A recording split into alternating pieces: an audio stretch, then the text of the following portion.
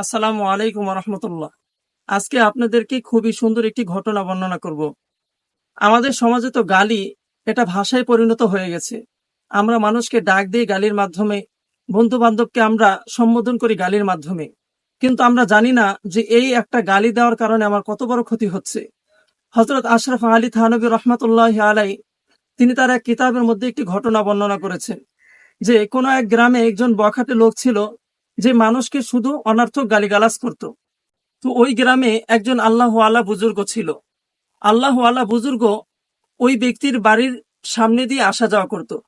তো যখনই আল্লাহওয়ালা বুজুর্গ, আল্লাহর অলি, ওই ব্যক্তির বাড়ির সামনে দিয়ে আসা যাওয়া করত, ওই বখাটে লোকটি আল্লাহর অলিকে অনর্থক গালিগালাজ করত।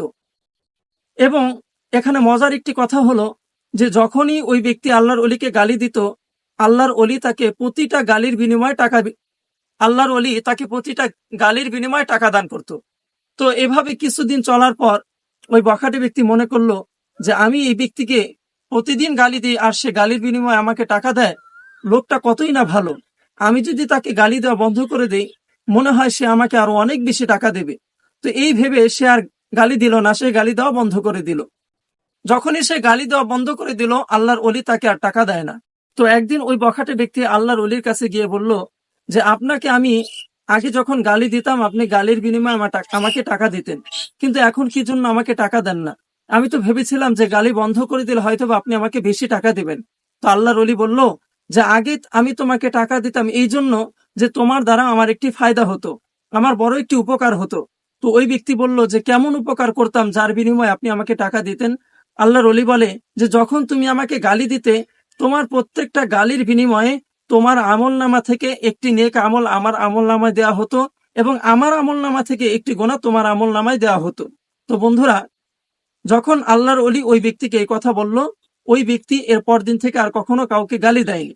তো আজকে ঘটনা থেকে শিখ আমরা যেই বিষয়টা শিখবো সেটা হচ্ছে যে আমরা অনেক সময় মানুষকে অনর্থক গালি দেই, কিন্তু এই গালিটা আমার জন্য যে কত বড় ক্ষতি বয়ে আনে। আমার একটি নেক আমল অন্যের আমল নামায় চলে যায়, আর অন্যের গুনাহ আমার আমল নামায় চলে আসে।